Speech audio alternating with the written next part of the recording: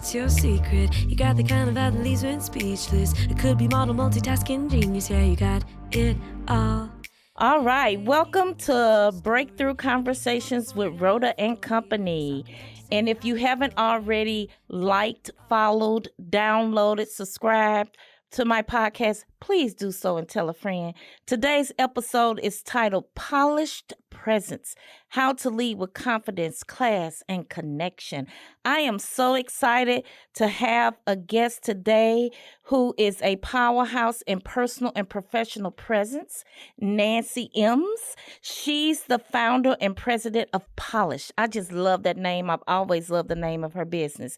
A leadership and soft skills consultation company that empowers individuals to shine in any room, any boardroom, any ballroom, or beyond.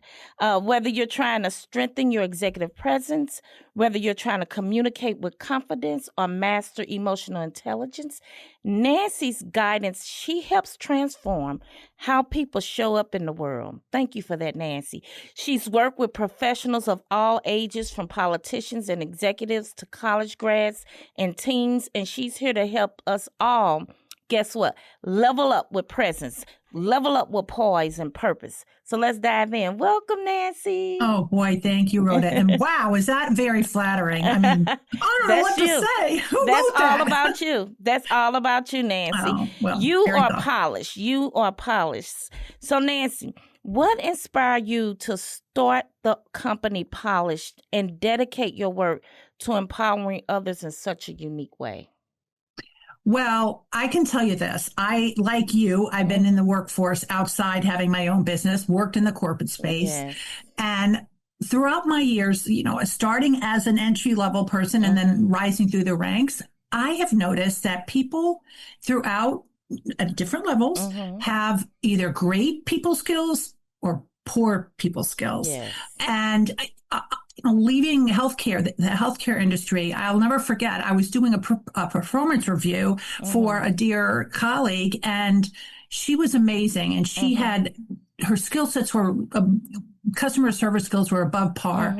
When I asked her what she wanted, what her goals were, she just kind of shrugged her shoulders, and it really upset me because, again, this was somebody in her non-emerging leader. She was kind of in her mid-career level, and I thought, it was her confidence that was holding her back from allowing herself to say, this is what I want. This is what I need. This is what my goals are. Yes. And so it was time again and again and again, Rhoda, that I saw people were lacking confidence. And so I enjoy helping people when I was not working, a lot of volunteering, helping them get confident and grow in their skill sets. I love helping young professionals.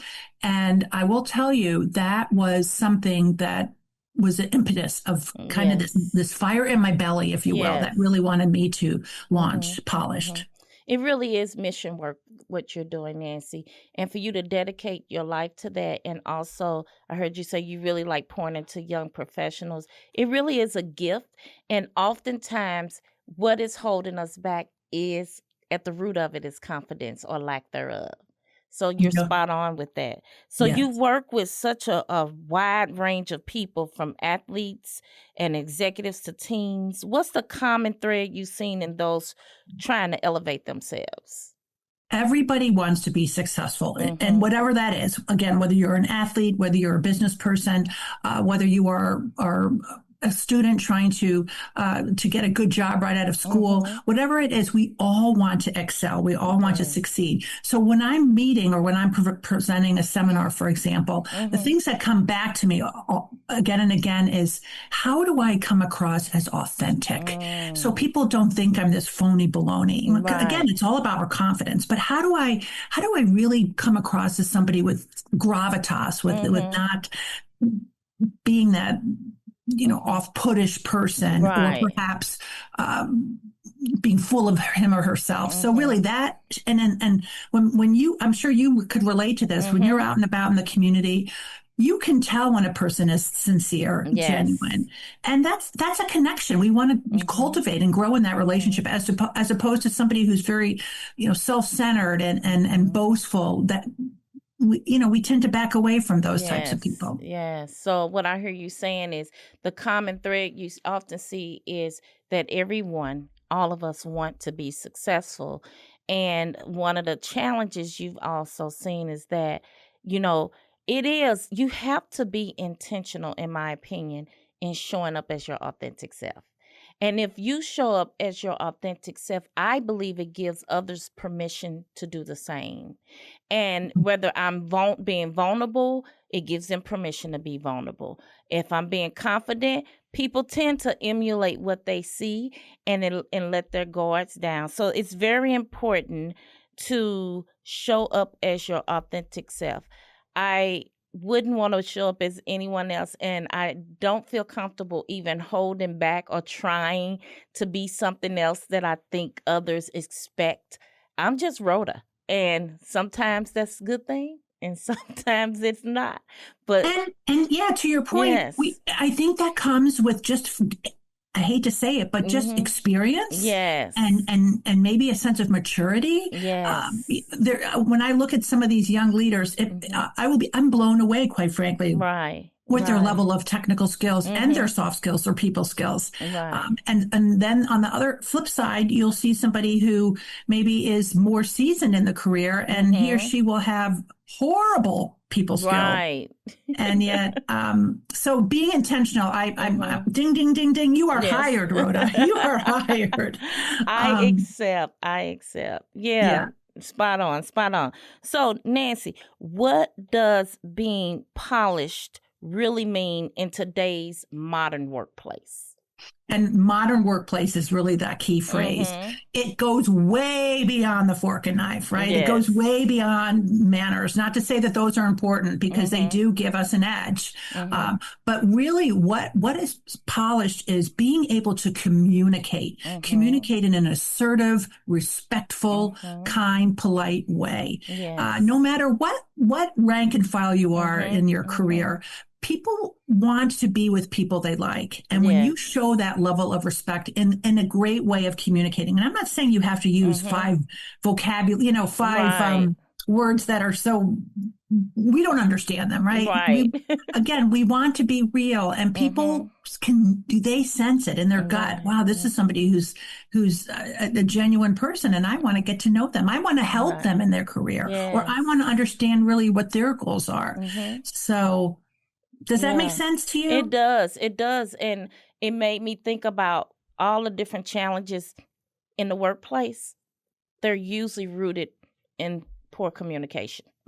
I mean, there's a saying out there, and I'm going to get, I'm not going to say who said it, but he is a very accomplished leader in the country here. But he said that communication is the language of leadership. Yes. And I think it was Brian Tracy who said that. I hope I'm not wrong. But communication is the language of leadership. When we can communicate in an assertive way, not aggressively, not passively, not passive aggressively, but in a way that garners the sense of respect and a win-win, then again, ding, ding, ding, ding, ding. That's the answer to success. Yeah. I have a philosophy around leadership. Number one, I think it's a huge responsibility. And I think that people who are sometimes entering leadership don't understand that or know that. And sometimes people who are in leadership, they either don't understand it or they disregard the amount of weight that comes with being a leader. And I think that we do ourselves and the teams that we lead a disservice if we are not a good communicator.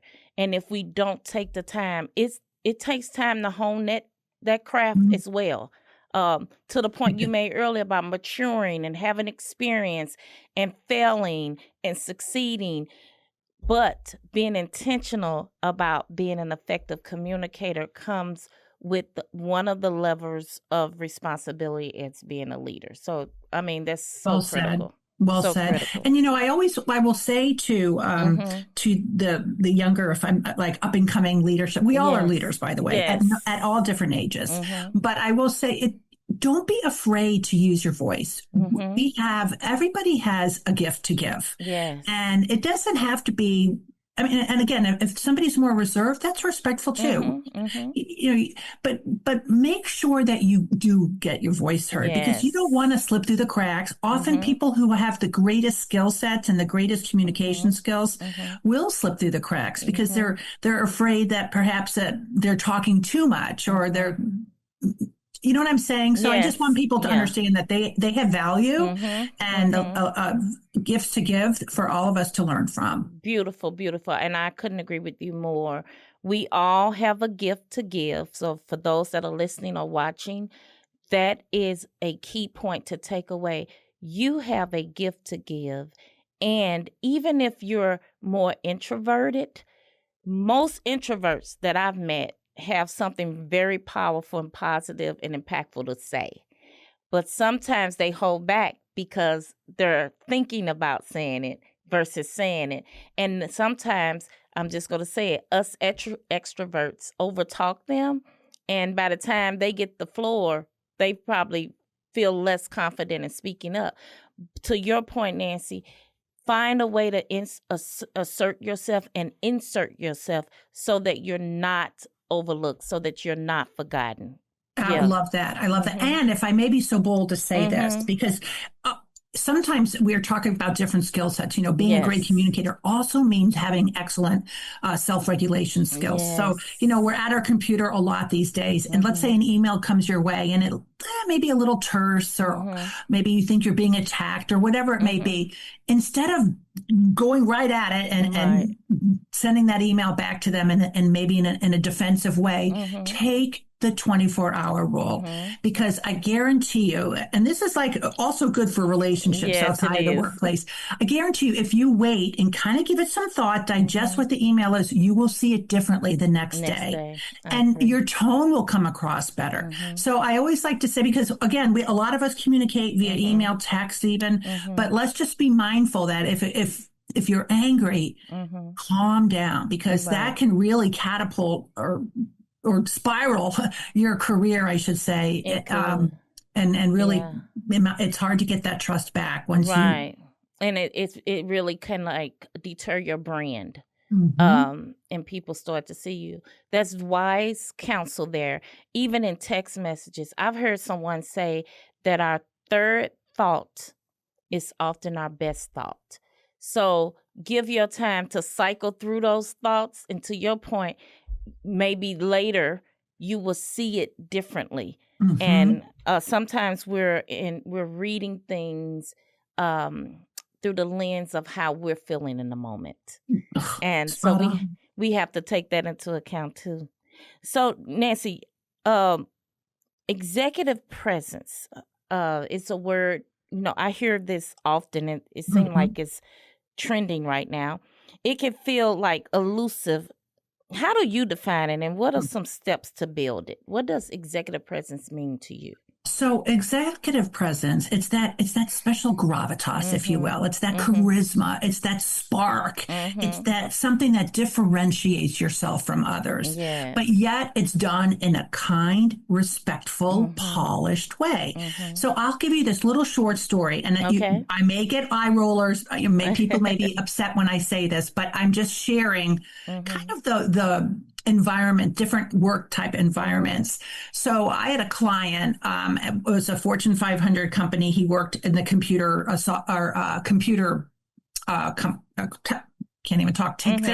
company. And he was their cybersecurity guy. And he reached out to me. He was just wanted to make sure he was on base. And so he had hired this young man who was the director of their department. Very smart, very, very smart. But his people skills, his soft skills, I call them your smart skills, needed a little bit refining. So being polished today, again, I'm going to sound like a broken record, is really being aware of your environment. You can communicate differently in a different space, but in this corporate kind of environment, he sent an email. He copied the head of the department, but he was sending an email to their general counsel, whom he never met. And he said, "Hey, Larry, love to talk to you about this issue. Call me when you get a chance." And so the counsel, the attorney saw the email that said, "Hey, Larry," never knew him. And the way a salutation, I know a lot of Right. people start off with, "Hey, Sue," or "Hey, Bill." Anyway, he came back to the department head and said, "Who is this guy?" Right. So again, was that very polished of this person? I mean, even though he's very skilled and maybe with his technical abilities, but not having the self awareness. Being polished is having that self awareness Yes. Read the and room. read the room. And so he started off on the wrong foot, and he didn't mean to. Right. Sometimes you just don't know. But so yeah, I would say that having self awareness, and we're talking a lot about emotional intelligence here, but Yes. having great self awareness is key to having that executive presence. I would love to rebrand it as just presence. Mhm. Because for some reason, to me, when you put executive in front of it, it introduces bias. And Mhm.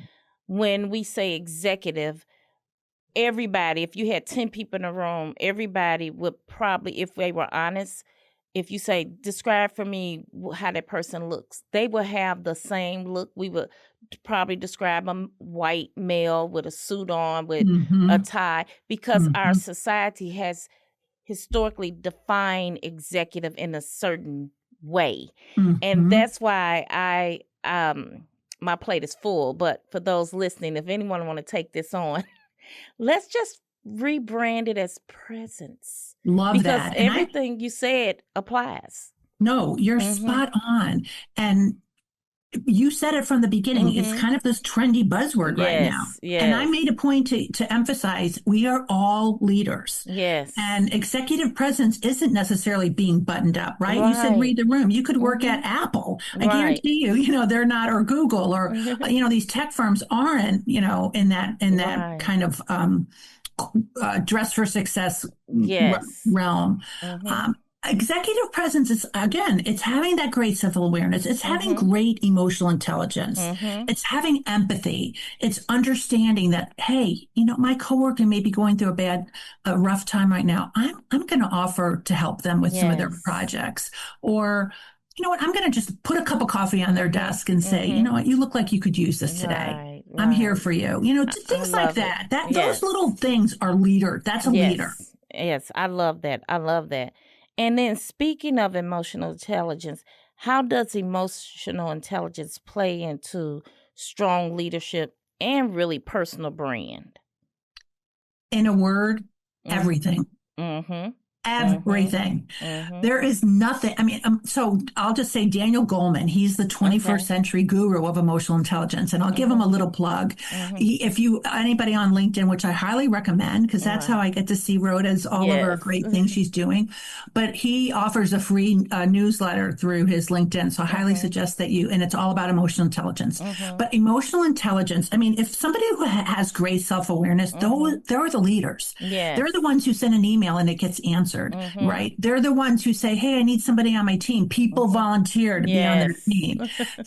It's just they don't need to be the winner or Mhm. be acknowledged with Mhm. that pat on the back all the time. Mhm. And that's Mhm. truly what a good leader or presence means. Yes. It's being a team player. It's Mhm. rooting for that other person. Mhm. It's showing empathy. It's Right. listening. Mhm. It's being motivated when you feel like you're Right. not motivated, right? Yes. Right. It's all those things. It is. It's being confident enough to want to see other people win, but taking it a step further and helping them win. Like them winning doesn't diminish your glow. And so a person with high emotional intelligence, a person with solid, healthy confidence, they understand that. And to your Mhm. point, that's leadership. And I So, might add one thing too, mm-hmm. Rhoda, just because as women leaders, Yes. we for some wacky reason, we are very turf oriented. Mm-hmm. Mm-hmm. And I think we all need to step up and help, Yes. the young women in the workplace Yes. and men, and be Mm-hmm. a mentor or Yes. offer some time to chat with them and say, please always feel free to call me if you have a Mm-hmm. question about, the work culture or what the Yes. political climate is like or how I should respond, because we're doing a disservice to ourselves. We haven't crashed the glass ceiling yet.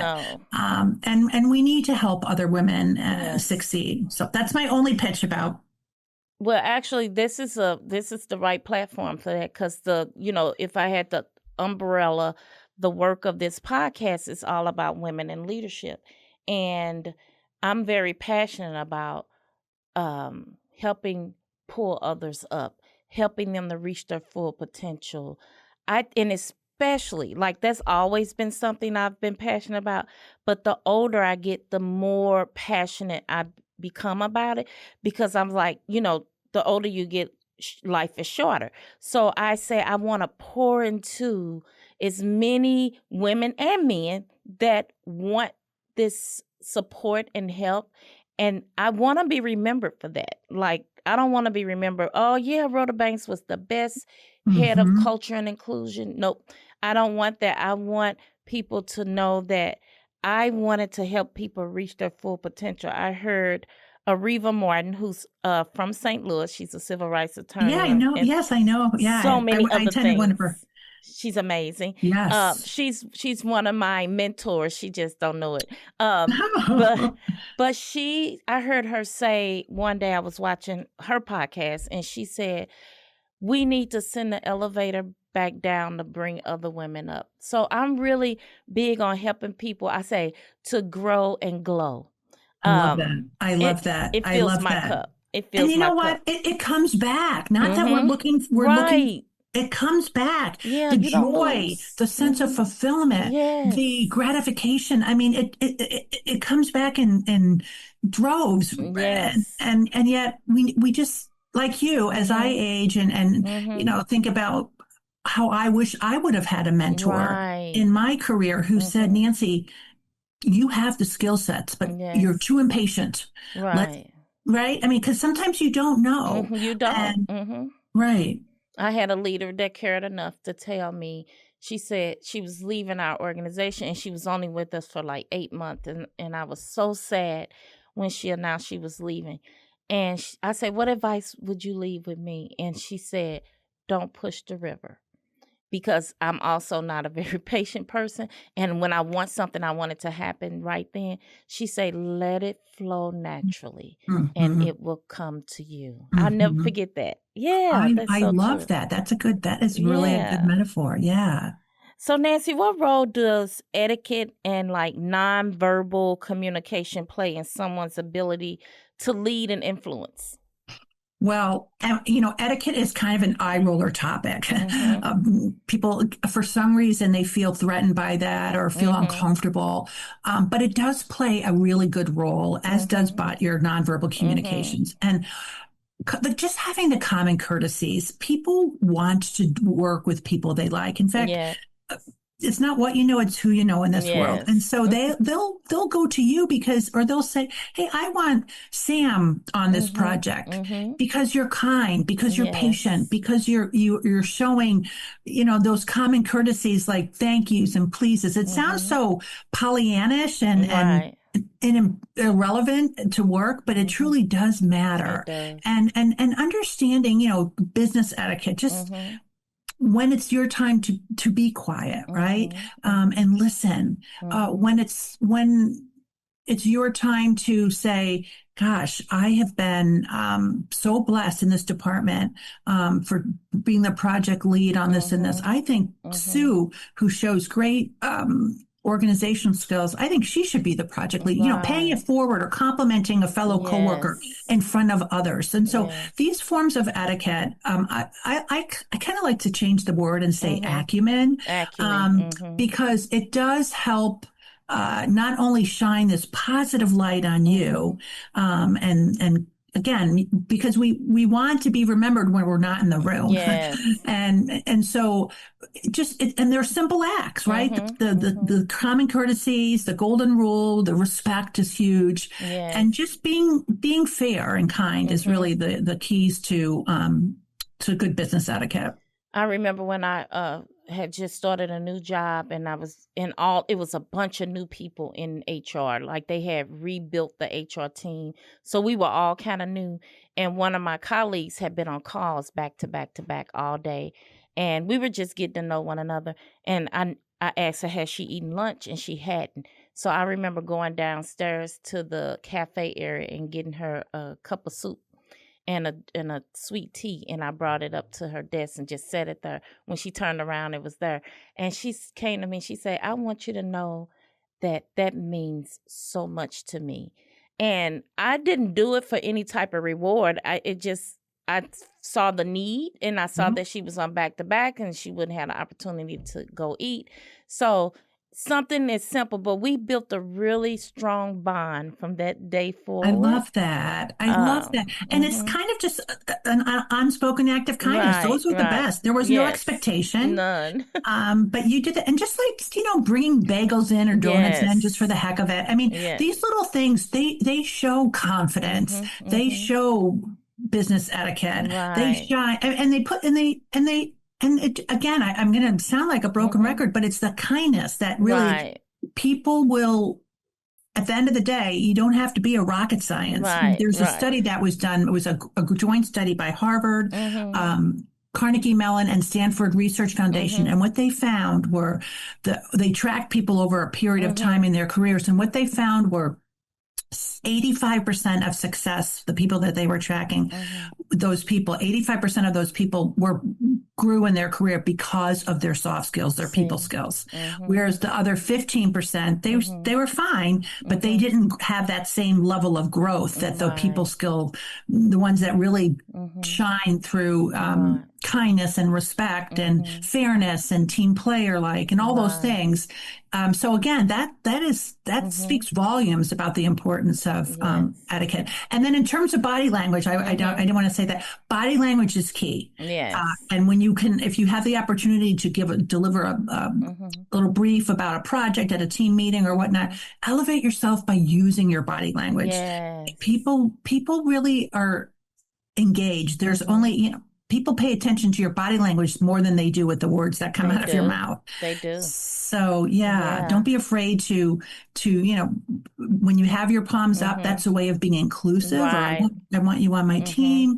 I love the steeple. The steeple, people think that's awkward, but again, you practice it, and it will become more natural. It's being thoughtful and thinking of something. And so there's lots of ways you can practice and you utilize your body language and build that presence. Right. And I know someone may be thinking, well, we live in a virtual world. We work remote, and it's hard to show those acts of kindness, and it's hard to show body language. I'm doing it now. Like, I'm using my hands now as I talk. And I usually do that when I get excited about something that I'm talking about. And it's engaging. It is. And then I even go as far as to request approval to get someone's home address, and I'll send them a little something. Like, one of my coworkers has a ink pen collection. Like, she collects different unique ink pens.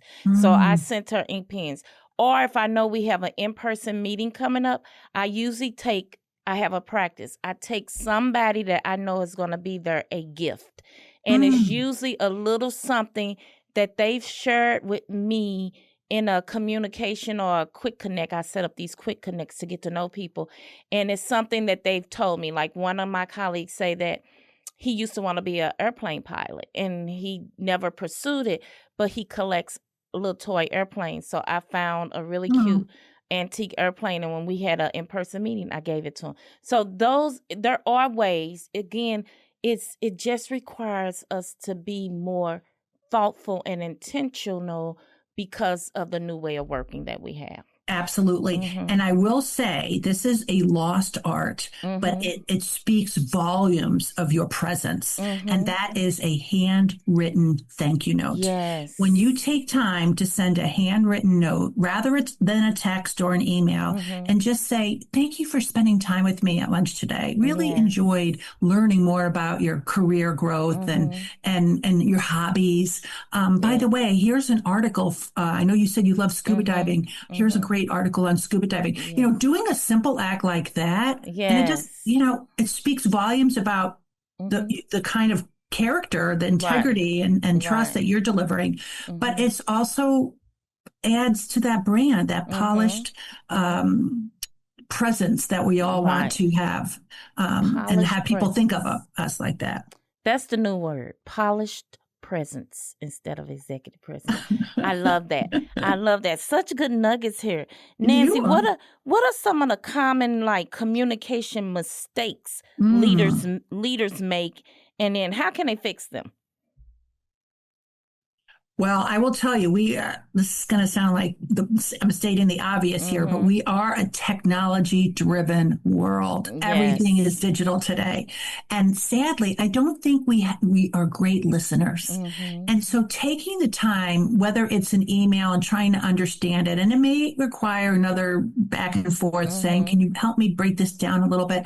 Or if it's a face-to-face, having just being in the present, put away the phone, put away your tablet, put away your notes or whatever, and just focus on each other. Listening is key to conflict resolution. Yes. Listening is key to innovative ideas.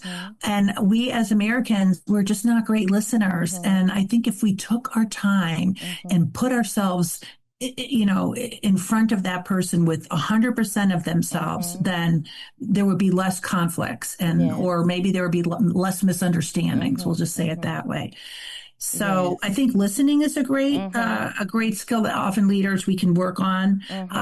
I also believe, and I don't mean this in a disrespectful way, but I think because we are so technology driven, the lack of empathy today kind of for the population has waned. Yeah, it's kind of concerning. It's disappointing, quite frankly. I was in the dentist office the other day, and I was waiting. I was getting a little frustrated. I'm like, it's okay, Nancy. You hate the dentist anyway. So, but I'm sitting there next to this elderly woman, and I can tell just by looking at her, she was wringing her hands, and she just looked so upset. And I didn't want to be intrusive, but I just said, you know what? I love that color on you. That blue really is such a pretty color against your hair. And she started to open up, and she was telling me it wasn't that she was worried about going to the dentist. She was worried her husband was in the hospital. And so, just unspoken acts of kindness, just like you were saying about bringing a gift or things like that. It could, maybe she doesn't have anybody to talk to, right? Or whatever. So just having an empathy hat on, no matter where you are, letting somebody go ahead of you in the grocery line if their cart is, just being thoughtful about things. I love that, and I love that little story you shared. Are you familiar with Heather Younger? I am not. Look her up. She has a wonderful TED Talk. She's a 6-time, maybe 7-time author. Her whole platform and philosophy is around caring leadership. It's really what I hear you saying. It's just caring about others. And to the point that you just made about making a compliment, that made me think of Shannon Norman. That's a friend of mine, and I interviewed Shannon. But she's the founder of Accept the Compliment, and the science behind giving and receiving compliments is so powerful. I really support that, and I subscribe to it. Even people have stopped me and say, "I just love your bracelet or your earrings," and I was like, "Here, you can have it." And they be like, no, I want you to have it. Like, I've taken off a whole statement necklace set and earring and given it to someone because it's replaceable, and it could, like, these, I call it moment makers. These are moments, the things you describe about getting someone a cup of coffee, all those things are moment makers. People will never forget them. And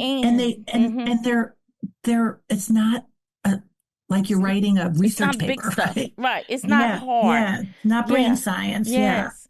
And the other thing, when you were talking, Nancy, it reminded me, all we have, when you talked about listening and being present in the moment, the older I get, the more I'm learning, all we have is right now. It's this very present. We would never have this moment again. So you may never have the opportunity to express that kindness that you flashed across your mind to express, but you didn't take the action. Mhm. So if people will remember that, you know what, they will be kinder on social media. Mhm. Oh, gosh. Okay, that's another podcast Yes, conversation. yes. That is another It time. is. I have But to right, have I you mean, back. just listening, using Mhm. assertive communication, being a good Mhm. communicator, showing respect, having a empathy towards others, because we don't know what goes behind Right. closed doors. So if we can Right. listen with our, with our ears and speak from the heart, so to speak, Mhm. listen from our heart, Yes. I guarantee you'll feel a lot better, You and will. the result of that Mhm. conversation or act will be a lot more pleasant and memorable for both. Yes. Yeah. Yes. So Nancy, what are a few practical ways our listeners can start showing up more confidently today? Well, I'm glad we talked about that, because in the beginning we said a lot of us don't have the confidence. Right. So if we could just practice communicating, and it does take practice, and a lot of people are just afraid of public speaking, but Yes. go challenge yourself. Take set a goal. Bite-sized goals. They don't have to be these long Right. possible goals, but what if you want to do a TED talk, or do you want to be able to present at a conference, whatever it may be, and then practice. Like, having a growth mindset is an also critical thing to grow in one's presence and confidence, is to take a class. Right. They have this organization, and I started out with this years and years ago, called Toastmasters. Yes. And it Still helps you with your active. communication skills. And every neighborhood, I feel, has one. So it's a great way to build a network, and to make friends, and to build your confidence. Yes. So think about it. Think about what it is that you want. Maybe you have great communication skills. Right. Maybe it's those. Maybe you're not as motivated as you want to be. You're just kind of in the status quo. I mean, you're happy. You're just, but you're not. You're just not doing anything about it. So figure out what motivates you, right? Yes. Maybe you're stuck for a reason. And so if we take time just to reflect on skill sets that we can strengthen, and believe me, no matter where you are on that leadership Right. pole, we all have the opportunity to develop ourselves and do better. Yes. So I know this isn't a great response, Rhoda, but when you figure out what you need to gain that confidence, is it better communication skills? Right. Is it being better organized? Is it, I have to be out and about, and then to go to more networking events, so whatever it may be, figure that out and do it. Challenge yourself. Do it. No, that's a great response, because I wouldn't want the doctor. I go to the doctor and I say, oh, my head hurt. And he said, oh, we're going to put you on chemo. I want them to do the root cause analysis, to diagnose, to see what's causing the headache, and then come up with a treatment plan. So this is no different. The very first step to showing up and building your confidence is to first understand, what are you lacking confidence in? And then take those steps. And to the point you made, Nancy, it doesn't have to be big, giant steps. In fact, you will be better served by doing it in small steps. And you already described, but here's how, a practical example. I had a young lady who reached out to me to ask for some coaching. And I said, well, what is a challenge that you're faced with that you need the coaching on? And she said, I have a fear of public speaking. And I said, oh, that's I used to have that fear as well. I said, what that means? That means now you need to chase down those opportunities. You need to chase down opportunities to speak. She was like, really? I was like, yeah, and you could start small in your team meetings where you feel safe. I say, then she's part of an employee resource group. In the employee resource group meeting, in groups where you feel safe, because you're practicing. And then guess what's going to happen? The more you do that, the more confidence you have. I say, and then next thing you know, you're going to be on stage with me at the next all-employee meeting. Yeah, there you go. So, I yeah. love that. I Yeah. love that, Rhoda. Yes. And again, I love how you're being so supportive too, because we all have the ability to be successful. And Yes. it's that negative self-talk inside of us that squelches ideas, that says, so when we can shine and step out of our comfort zone, then chances are we will succeed. And our peers want us to succeed. Yes. Success is often on the other side of discomfort. You can't get to it without walking through discomfort. And that's where growth happens. So, yeah. So, Nancy, you're a frequent keynote speaker. What messages resonate most with your audiences right now? It's funny that you asked that because I just had a nice, I was attending a conference and speaking and really learning how to communicate effectively and then adjust it, temper it to different personalities. And that takes a skill set. It does. And so let's say you're talking to somebody who's very left brain, who's very analytical, very, I just want the numbers and nothing but the numbers. Give me the facts and nothing but the facts. And you're an outgoing extrovert. Well, you don't want to talk to him in your extroverted using body language that could be distracting. You want to talk to him or her how his personality is. And it's a skill, and it takes a lot of time and effort. But again, when you become a very good communicator, your self-awareness and through emotional intelligence, it kicks in, and you're automatically able to tweak your communication skills to be able to have an effective, successful conversation. It sounds like what you're saying is meeting people where they are. And that reminded me of, at work, we have recently taken an insights assessment, which shows how you communicate and how you work. And my style is more of storytelling. I like to build up the suspense and give all this detail so that when we get to the end, there's the punchline. And my husband, I could tell, he's more direct, be brief, be bright, be gone.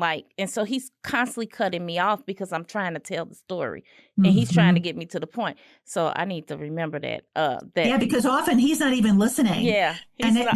Direct is another type of personality. Yeah. Well, so that's what I love about Daniel Goleman. He has this image of a seesaw, a teeter totter. Yes. He says if you're talking to somebody who's very emotional and somebody who's very analytical, it's not going to be on an even plane. It's going to be, you can't get up, you can't use a teeter totter because you can't connect. Yeah, that's right. That's so true. So, Nancy, for those listening and who want to elevate their presence or book you for speaking or for training, how can they find and work with you? Well, my website is stlpolished.com. And I'm on I'll just give a plug to KMOX. Yes. I'm sorry, KMOV. Also KMOX. I love KMOX. But KMOV, I'm on every month. I do a Get Nice with Nancy segment with them. Yes. And so you can kind of see my style and the way, I can work with others. But my website, stlpolished.com, or you could email me at nancy@stlpolished.com. And I'd love to help answer a question if you have something that is just gnawing at you and you just been wanting to ask it but afraid. I'm the person. Yes. And I will give you very clear, concise, and do whatever I can to answer and help you succeed. Well, Nancy, I could talk to you all day. You are a wealth of knowledge, and I really enjoy your presence, your polished presence, and I enjoy... And I didn't tell you to say that, did I, No, Rhoda? you didn't. It just kind of feels natural to say together. And I really appreciate the work that you do. I do see this as mission work. And I just want to thank you for pouring so much wisdom into this conversation. So you reminded us that polish isn't about perfection. It's about power. It's about poise and owning a room with intention. And so to our listeners, remember, how you show up, it matters. And your personal brand is your silent ambassador. You can connect with Nancy, as she stated, and learn more at stlpolished.com. And until next time, stay confident, stay curious, and keep breaking through. Thank you for listening. Hey, what's your secret? You got the kind of vibe that leaves you speechless. It could be model multitasking genius. Yeah, you got it all. Hey, what's your story? A kick-ass mom and 40 under 40. A soccer practice in your high heel glory. Yeah, you do it all.